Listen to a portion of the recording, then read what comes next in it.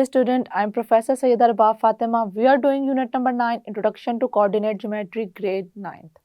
Today we are going to solve two examples regarding midpoint formula. Let's move towards the light board. Today we are going to solve two examples regarding midpoint formula.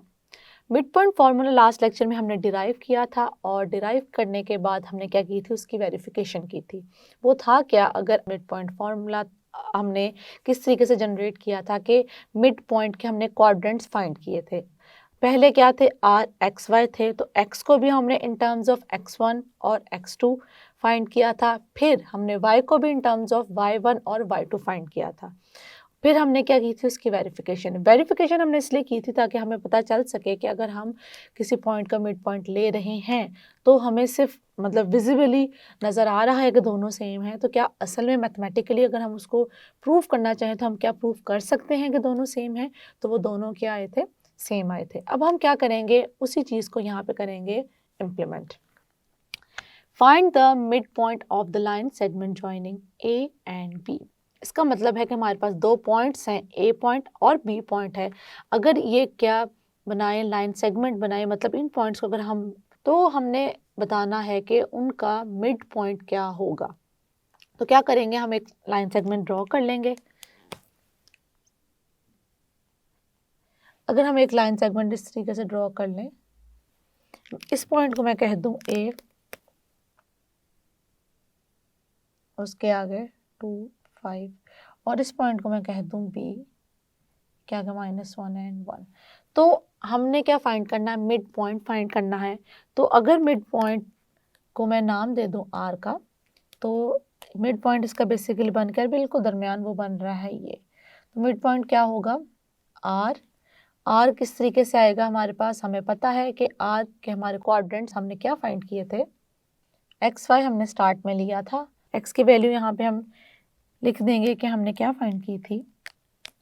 X किसके equal था, x1 plus x2 upon 2, और and हमारे पास जो y की value थी वो क्या थी, y1 प्लस y2 अपॉन 2. तो ये तो वो चीज़ें थी जो हमने फाइंड कर ली थी. अब हमने क्या किया, ये हमारे पास दो पॉइंट्स हैं जो कि एक लाइन सेगमेंट बनाते हैं ए बी. आर क्या हमने कंसिडर किया है, उसका है मिड पॉइंट. अब हम इस मिड पॉइंट को फाइंड करेंगे. यहाँ से फिर हम कंटिन्यू करते हैं. लेट एक्स आर क्या है, X Y let R be the mid point of line segment. वो लाइन सेगमेंट हम अगर लिखना चाहें, अब तो हमें पता है कि लाइन सेगमेंट कैसे प्रेजेंट करते हैं, तो हम उसको इस तरीके से लिख भी सकते हैं. Okay, let R be the mid point of the line segment A B. तो हम देखेंगे कि हम किस तरीके से फाइंड करेंगे. ये जो x था, x की जगह हम पुट कर देंगे वैल्यूज x1 और x2 की. अब देखिए स्टूडेंट, a को और b को, a में जो ये पॉइंट है ये शो कर रहा है x1 को, और ये क्या शो कर रहा है, y1 को. इसी तरीके से b में ये क्या शो कर रहा है, x2 को, और ये शो कर रहा है y2 को. तो हम यहाँ पे इसकी वैल्यूज को पुट करेंगे. तो x1 प्लस x2 है, तो आ जाएगा 2 प्लस, ये फॉर्मूला का प्लस आ गया, और ये नेगेटिव साइन x2 का अपना है अपॉन 2. ओके, उसके बाद हमारे पास क्या आ जाएगा, प्लस माइनस माइनस, x की वैल्यू आ जाएगी, बिगर नंबर का हम हमेशा राइट करते हैं साइन, तो बिगर नंबर है 2 और वो क्या है, पॉजिटिव, तो ये आ जाएगा 1/2. x की वैल्यू क्या आ गई हमारे पास, 1/2. इसी तरीके से अब हम किसके फाइंड करेंगे, अब हम फाइंड करेंगे y की वैल्यू. y की वैल्यू आ जाएगी हमारे पास, y किसके इक्वल है, यहाँ पे हमने राइट किया था y1 प्लस y2 अपॉन 2. अब देखें y1 क्या है, y1 है 5 प्लस y2 क्या है 1 अपॉन 2. तो हम यहाँ पे y को भी फाइंड करेंगे साथ ही. y आ जाएगा हमारे पास 5 + 1 6/2। इसको हम अगर कैंसिल आउट कर दें,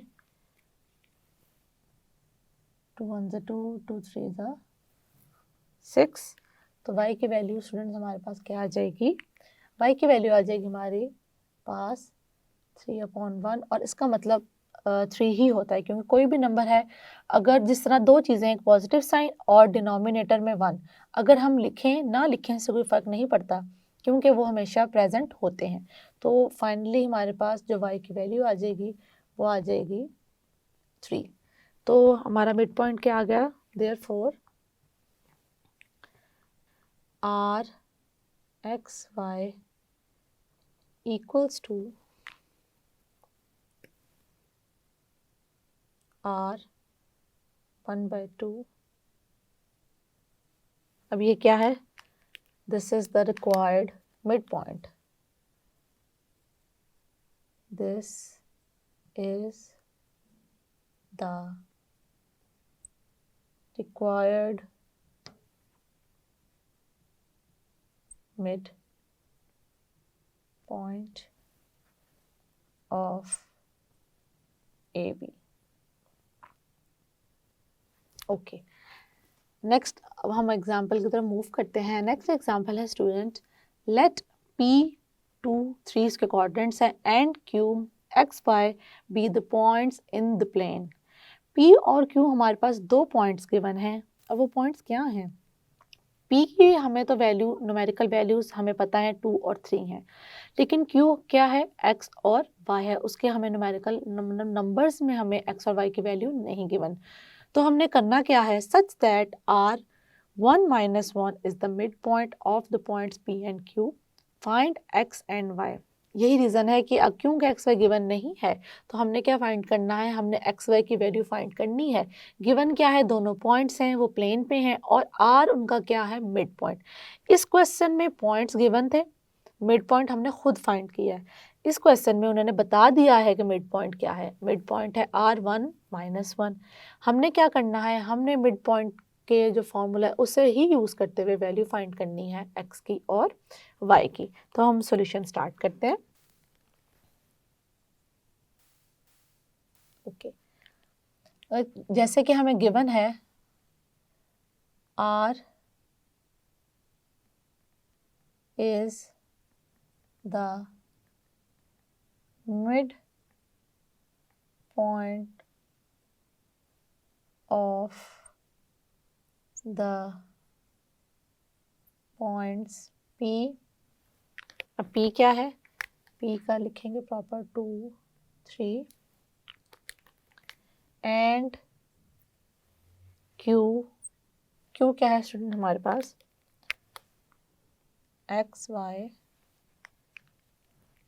फिर देन हम लिख सकते हैं, अब हमें पता है कि यहाँ पे तो पहले मेंशन करेंगे हम कि r x y जो होता है उसका हमने पता है वो किसके इक्वल होता है? x की जगह हम लिखते हैं x1 + x2/2, और y की जगह लिखते हैं y1 + y2/2। इसका मतलब है x इसके इक्वल है और y इसके इक्वल है। इसी चीज़ को हम यहाँ पे यूज़ करेंगे। तो x = x1 + x2/2। अब करेंगे क्या स्टूडेंट? उस चीज़ को देखें। अब हमने फाइंड क्या करना है? हमने फाइंड करना है एक्स वाई। अब जो यहाँ एक्स वाई है, इसको थोड़ा सा समझ लें। इसको कंफ्यूज नहीं होना इस बात पे कि हम जब बात करते हैं ये एक्स इसके इक्वल होता है, ये वाई इसके इक्वल होता है, लेकिन अभी हम जिस एक्स वाई की बात कर रहे हैं वो इसके इक्वल नहीं है। अब हम इसको सेंसिबली क्या करेंगे? पुट करेंगे वैल्यू को। मतलब यहाँ पे जो हमारा फर्स्ट क्वाड्रेंट होता है उसके इक्वल होती है ये टर्म। और ये टर्म कैसे आती है? ये टर्म आती है, दो जो हमारे पॉइंट्स हैं उसका जो है फर्स्ट पॉइंट का जो एक्स कोऑर्डिनेट है वो ये है, और सेकंड पॉइंट का जो एक्स कोऑर्डिनेट है वो ये है, और उससे हम डिवाइड कर देते हैं 2 से। अब इसी चीज़ को अप्लाई करते हुए हम देखेंगे कि हम इस एक्सप्रेशन को कैसे लिख सकते हैं। तो इस x की जगह हम लिखेंगे r की वैल्यू जो कि क्या है 1, ये इक्वल है इस टर्म के। अब x1 क्या है स्टूडेंट हमारे पास? x1 है 2 प्लस अब यहाँ पे जो x2 है वो है यहाँ क्वेश्चन में x, और वो हमने क्या करना है, फाइंड। वो क्या आ गया हमारे पास, x। ये x बेसिकली रिप्रेजेंट कर रहा है हमारे सेकंड पॉइंट के x कोऑर्डिनेट को, डिवाइडेड बाय 2। अब और ये क्या है हमारा जो है मिड पॉइंट, उसका x कोऑर्डिनेट है। अब क्योंकि 2 यहाँ पे हो रहा है डिवाइड, वहां जाके क्या हो जाएगा, मल्टीप्लाई। ये हो जाएगा हमारे पास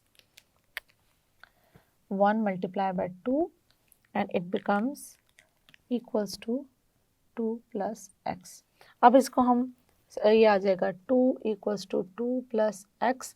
अब 2 यहाँ पे प्लस हो रहा है, वहाँ जा क्या हो जाएगा minus, x equals to 2 minus 2 and it becomes 0, x equals to 0।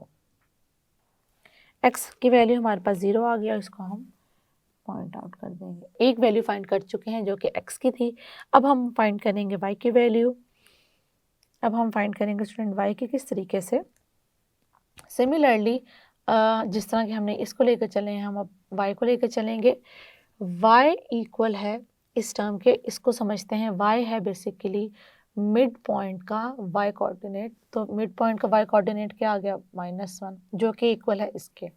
अब यहाँ पे जो y1 है वो ये शो कर रहा है कि फर्स्ट पॉइंट का y कोऑर्डिनेट, तो फर्स्ट पॉइंट का y कोऑर्डिनेट है 3 प्लस, अब सेकेंड पॉइंट का y कोऑर्डिनेट ही हमने फाइंड करना, जो कि क्या है, y है upon 2।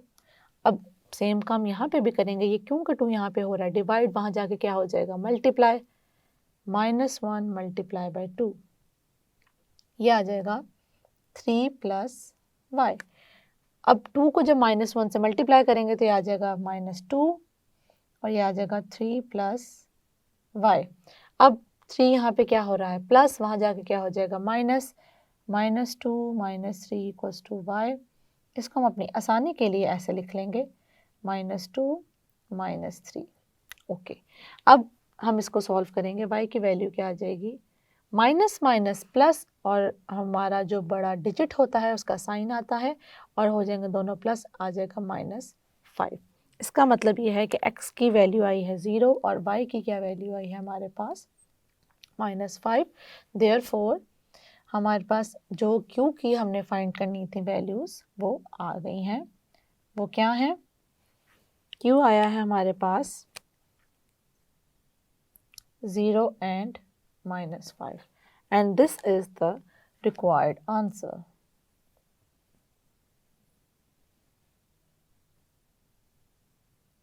This is the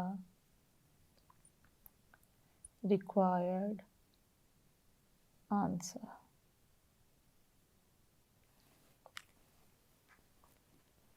That's it।